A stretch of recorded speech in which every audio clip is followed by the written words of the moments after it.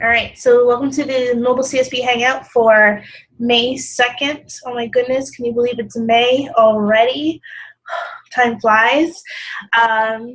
So let's do what we usually do, start with some quick check-ins. Let us know where you currently are in the course, what lesson you're working on, and if you have a question, maybe give the question and we can come back to it a little later.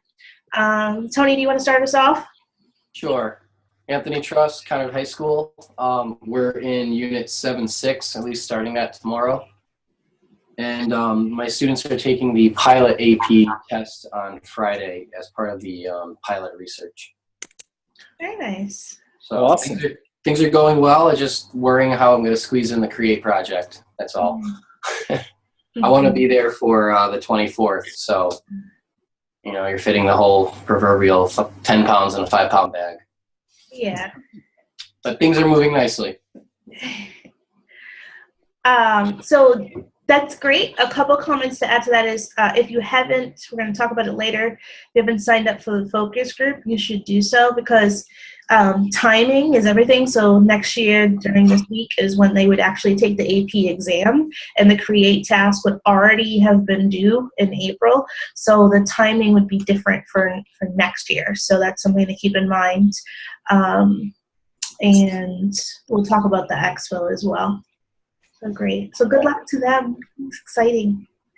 Oh, and I also got my, I think I told you, Pauline and Ralph, but I got my official letter from College Board because I submitted the syllabus. Well, we did the webinar last week, and it took 1 day, basically. By Tuesday afternoon or morning, I got it. So great.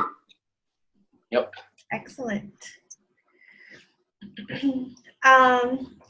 Greg doesn't have a mic, but he's there. I don't know, Greg, if you want to use the chat, you can, and I'll read it out to everybody. So we'll come back if you want to type something. Chris, do you want to go next? Hello, good evening, everyone. Christopher Kerr, Newington High School. I am currently about one and a half weeks away from assigning the Create project. Again, I do semester level courses. And this week I assigned a choose your own app. So they can either take a choice of the President's Quiz, the not the Map Quest, but the other map-based activity, and finally the Pong app. So they're doing a little independent study, and then we're going to cross-pollinate our knowledge, and then that's my way of trying to condense 3 weeks worth of apps into 1 week. I have topics for conversation tonight, include what we might want to do for summer reading or summer work for the kids that are taking our classes next year, as well as some feedback on 6.7, which is the WebDB.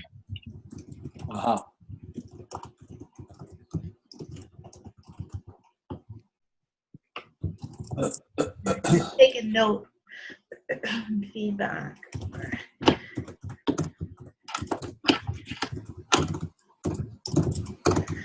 If I can type, oh my goodness. All right. Thank you, Chris. So I made note of those. We'll come back to those questions and comments. And Greg put into the chat that he's just finishing Unit 6. He plans to do 2 tutorials in Unit 7 and then the Create project. He's assigned partners today and told them to start thinking about what app they want to do. So he assigned also the big data lesson as homework. That's a good one for homework. It's a nice video there. So very nice. All right, so that's all of the teachers. I'll see. Chima, do you want to check in?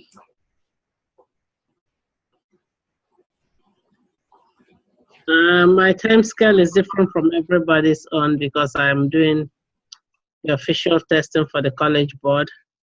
So my students have their final exam for the College Board next week. So there was APCSA again? No, APCSP, the pilot, the official pilot. The pilot. Yeah. Their Create project was supposed to go in last Saturday. That was the closing date for submission. And then their exams is next week. So they were supposed to have submitted their apps. So today we started review for the exam. but not everybody submitted, so that's part of it. So, but the girls submitted, the boys didn't. So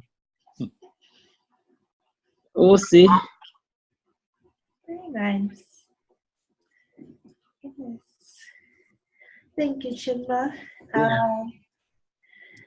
Ralph, do you want to check in? Sure. I'm going to actually be one of the graders this summer of Chinma's students and other CS principal students in Kansas City, I think. So that'll be good to see what the exam looks like, the actual exam, which I haven't seen and Chinma hasn't seen, I don't think, right, Chinma? And then also to see how they're graded. I've seen I wouldn't see the exact exams, but I've seen some questions. Uh-huh. Yeah.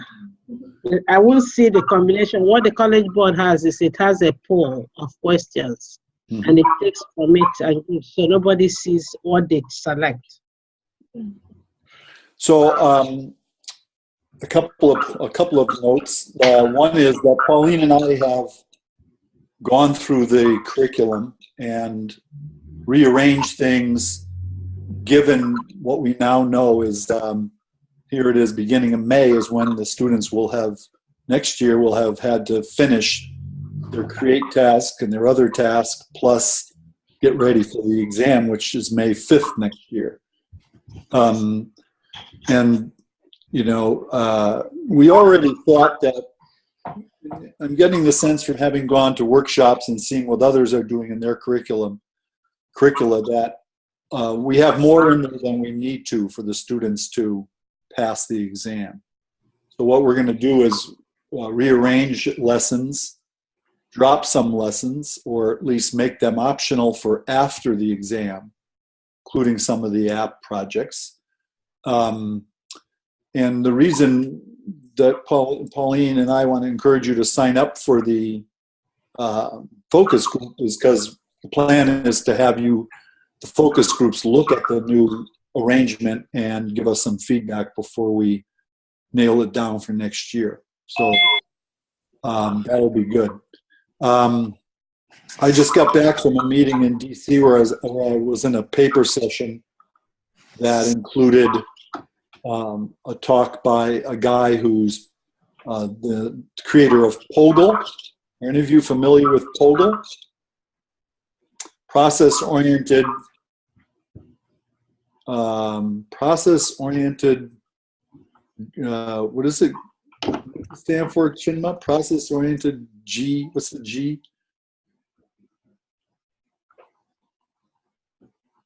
Chinma's looking it up too.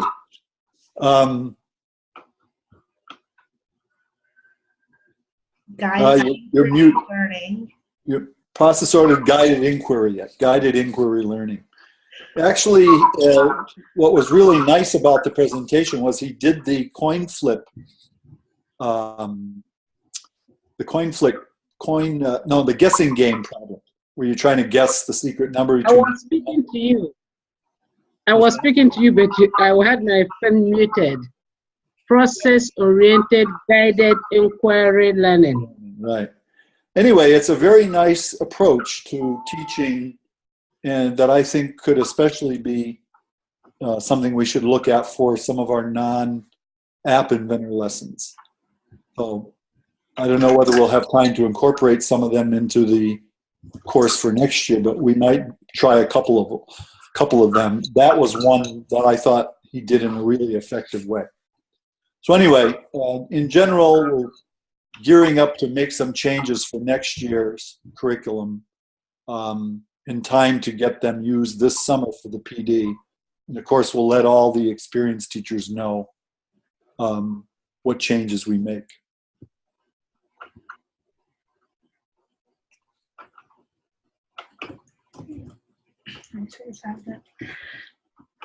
Great. So Aaron just joined us. Aaron, do you want to give a quick check-in?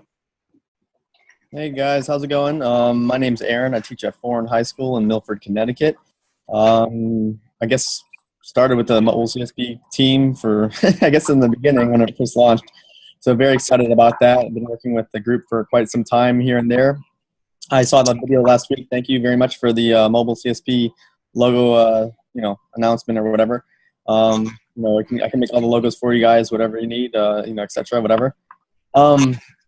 And let's see here. I guess that's really there's a lot going on with the Mobile CSP and the mobile AP Mobile Science principles that are going on next year, and there's a lot of articles and there's a lot of stuff on you guys and as well as everybody else, and I'm not sure exactly what's going on right now at my school because there's so much going on. It's like almost like I think it was Chinma that said it, or somebody said that there might be a state mandate that there's going to be two courses being taught in the high schools, and they're trying to push for the middle schools to keep going, to start teaching the middle schools 7th and 8th grade, then go to the high school and take 2 classes there and then go that route. And I know it's a huge deal, so Mobile CSP isn't going anywhere anytime soon. You guys are rocking out. You're doing a fantastic job. You guys are steamrolling it. I'm telling you. I saw an article on I don't know if it was Reddit or somewhere else about Mobile CSP, and you were linked in there.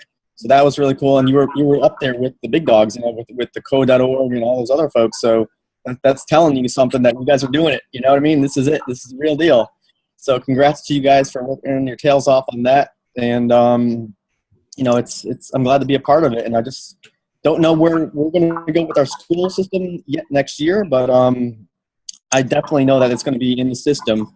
It's just how they approach it, and if there's any forms and stuff that I got to fill out, or it's all confusing right now for me anyway. And they're working on it as we speak right now, so they're trying to get everything nailed out. So that's where I stand. I mean, my kids are doing great. I have 2 classes, one in level 1.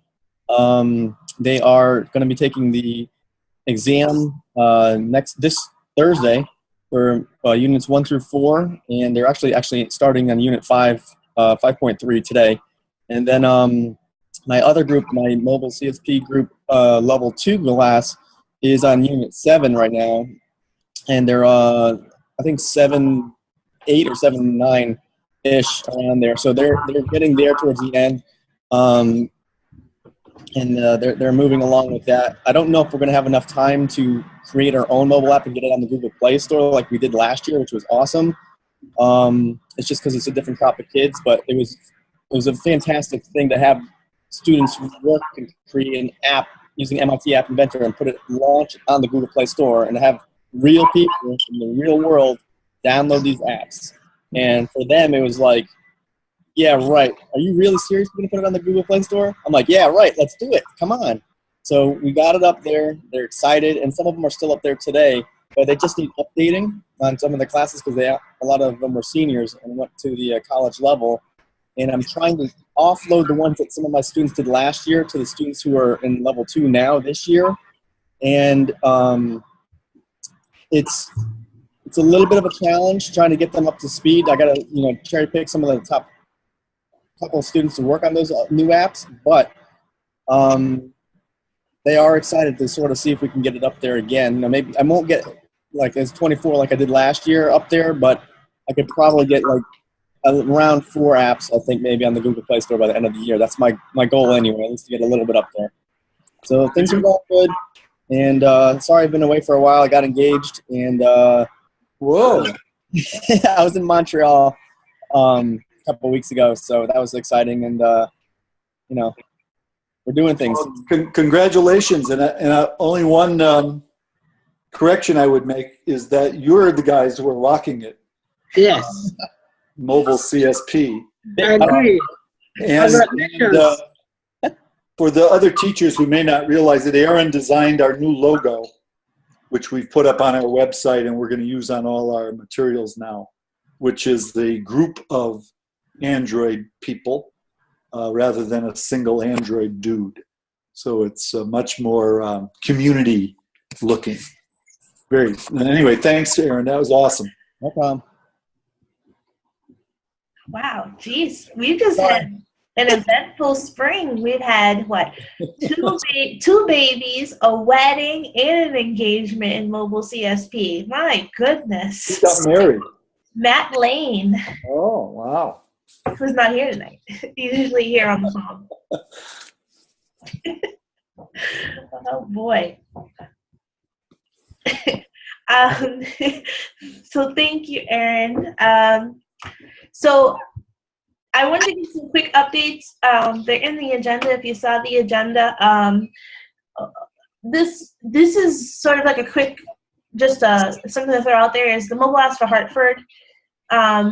The applications are due on Saturday, the official deadline, but I was saying, said to some teachers that if you had some names of students that you thought were interested that just needed to finish up an application and get it in, just to let me know, as long as they can get it in this week so I can start reviewing the applications.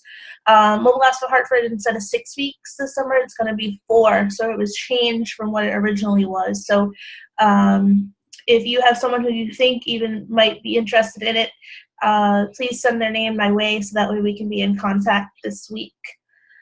Ralph mentioned, we were talking about signing up for focus groups. There's several of you who haven't done that yet, and I just throwing it out there again because I don't know, if it was because you couldn't do the dates or if you didn't know it was there. So I just want to make sure everybody knows that the focus groups, the doodle poll is up there.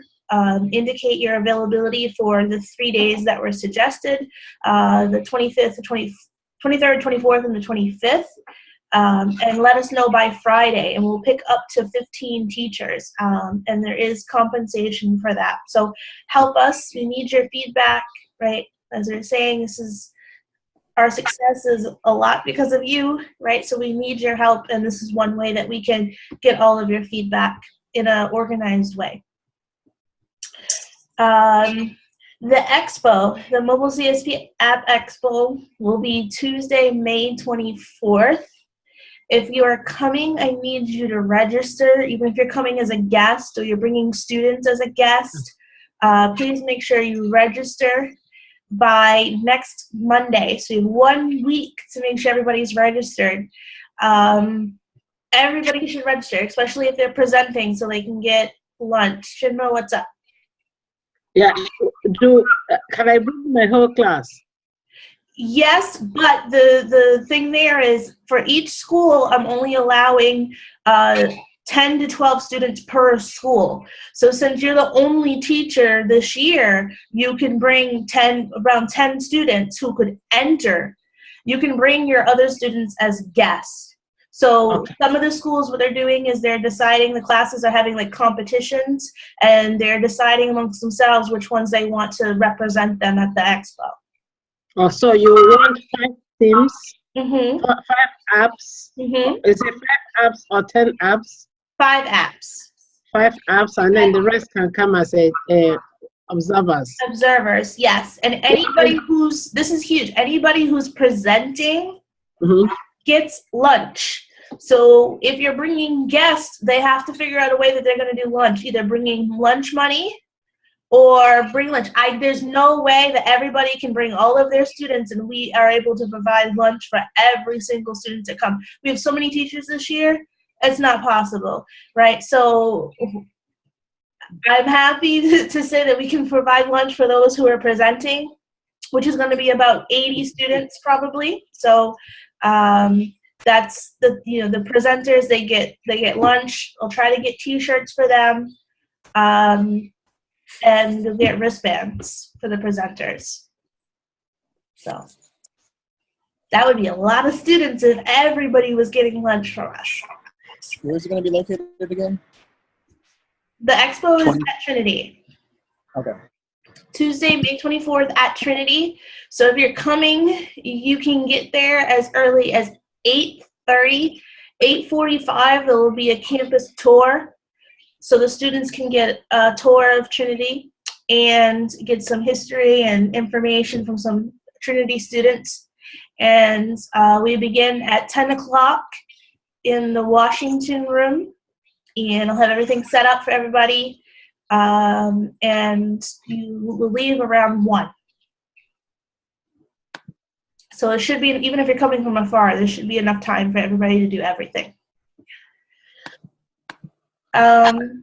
The other reminder is, if you haven't watched the webinar, which some of you are talking about already, if you haven't watched the webinar from last Monday, right? Please make sure you watch it. That included information about the AP audit process, so you can follow that process. As you heard Tony saying, he already was approved, so he is officially an AP instructor of the AP CSP course for next year. It also has information about devices and the syllabus, so we have our approved syllabus and the official announcement that we were endorsed by the College Board, which is awesome. So please, if you haven't watched it, please watch it. Go through the AP process if you're going to be offering the audit process if you're going to be offering the course as an AP course. I wanted to briefly also mention that we're getting to the time now where it's almost time for exams. So for those of you doing exams, I ask that you give me at least 72 hours notice that you want to administer an exam. So that means sending an email to me.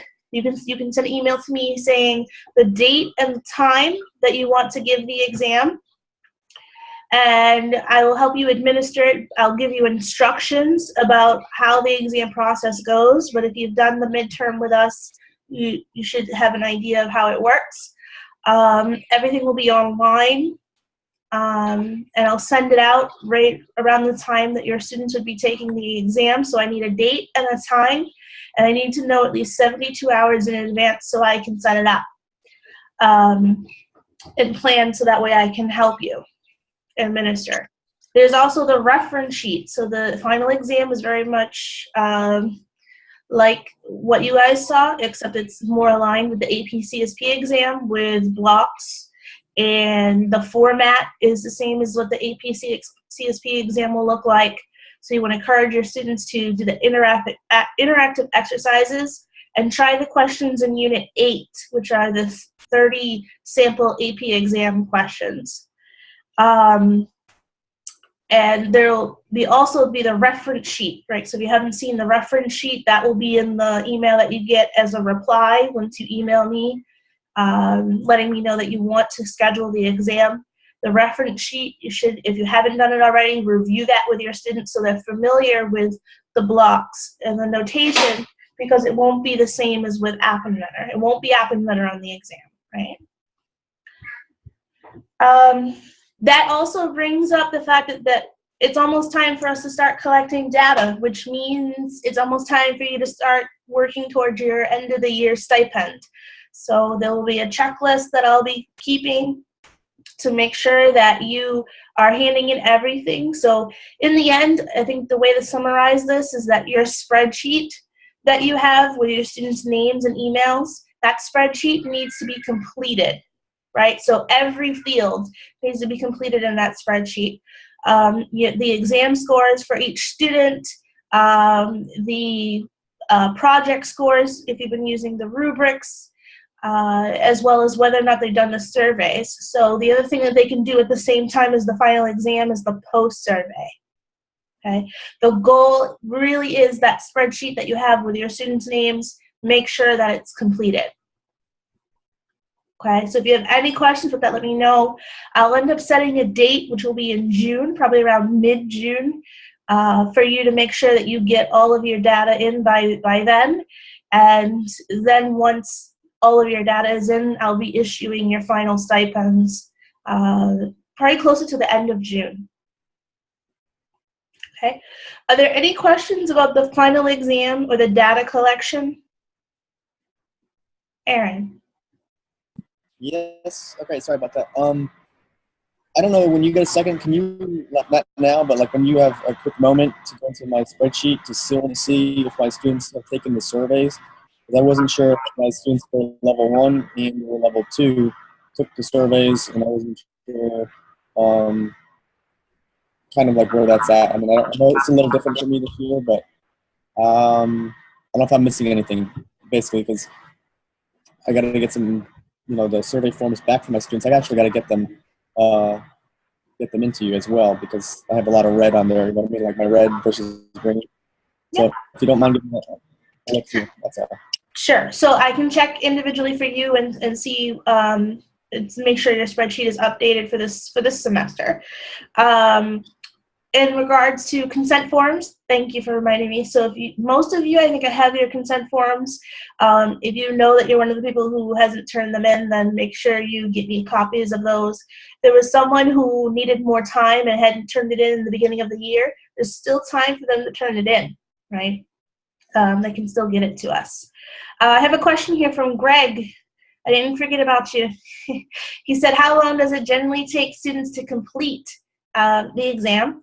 Is a 45-minute class long enough?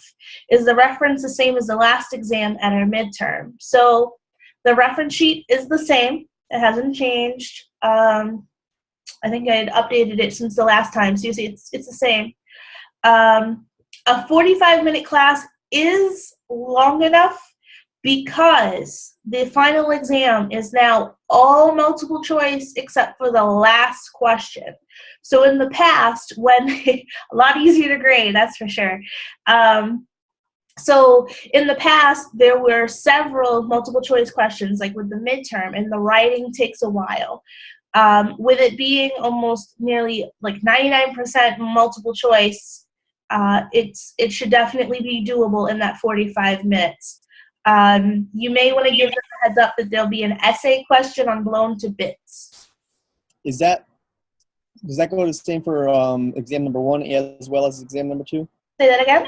Is that the same for exam 1, units 1 through 4, as well as units like 5 through 8, I think it is? The midterm exam is not completely multiple choice. It still has short answer questions. Okay, but the one that you're talking about is the second half, if you will. The final with all of the units. Mm-hmm. Okay. Yeah. All right, Greg. Any other questions about data collection, about what you should turn in, or the final exam? There's only about 6.5 minutes left, and I want to hear Chris's comments about Unit 6-7, I think he said, if possible. Okay, so there's no other questions. I would say before that, he had another question he asked about was, what are some summer reading or assignments for the year that you can give during the summer? So Ralph, you got a similar question in an email, right? And what did you say what was the response? Well, there isn't really any required reading for the summer, but if you do want to give them something to read, parts of Blown to Bits would be a good idea, since there's a lot to read there that you can't always get through. And I know not all teachers get through all the readings required for those assignments. So that might be a good reading assignment for the summer. My basic question for asking that is a lot of the other AP programs are having some kind of summer work. And while I don't want to do work for the sake of work, maybe it's offloading or front-loading some Blown to Bits, or maybe they've got to provide me with completion screens for some hour of code activities. But I'm just curious if anyone else has explored this in prior semesters or years, and if it's even something that they're wanting to do. Well, I think you're right. I mean, now that it's going to be an official AP course, we may see more calls for that. Maybe we should come up with some suggestions, but that's where I'd start with Blown to Bits. I like your idea also of code.org doing some of those exercises on their own. Yeah, I think your idea is very good. So we'll look at it and then come up with something. Mm-hmm. So, Chris, you had something about the WebDB exercise or app? Yes. Okay, so here's what I did in 4 minutes, 15 seconds. What I did was we did a MolMash, and it worked out very well. And then I shifted all the way up to Unit 6 to talk about the TinyDB, because I wanted them to see storing data, because I feel that's a very essential element for the Create project. Mm-hmm. And I said, well, why not? Some kids have finished TinyDB very early, so extend to the WebDB. You've got plenty of time. And what ended up happening is I looked at the activity, and it took the MolMash, and it applied it to show how you could use a WebDB to have a high score, a global high score. And all of that is fantastic with the context of knowing where to go at the end.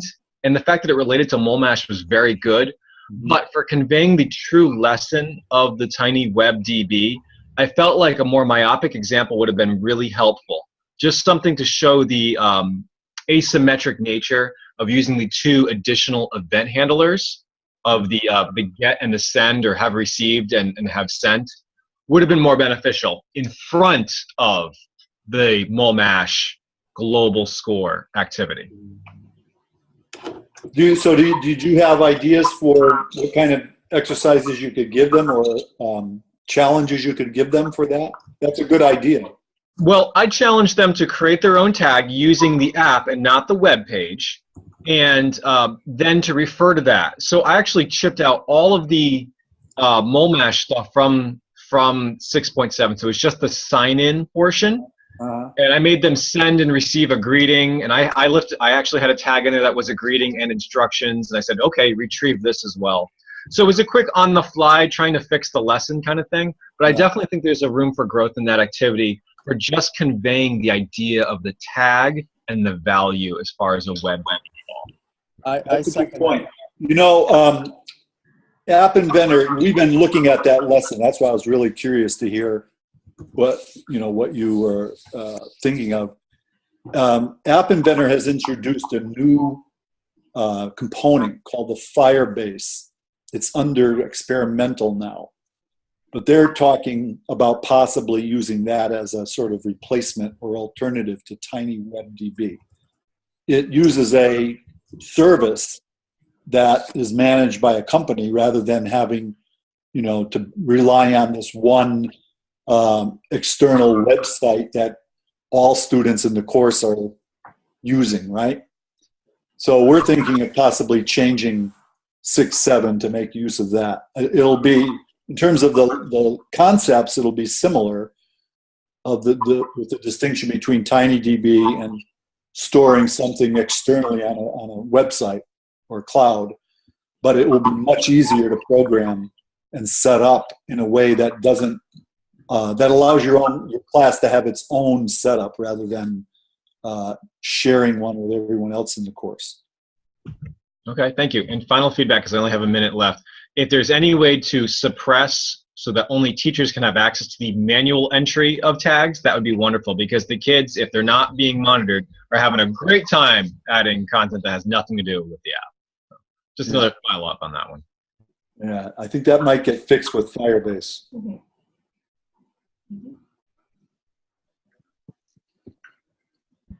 1 minute. Yeah, so what we realized last time was if we click the link again in the email, you can come right back to it. To the same place. Okay. Yeah. I don't know if it will work, but it worked last time. I'll try it. What do we lose? If not, it was good seeing everybody. And Yep, glad to hear things are going well, and I'm impressed by you guys. You do an amazing job.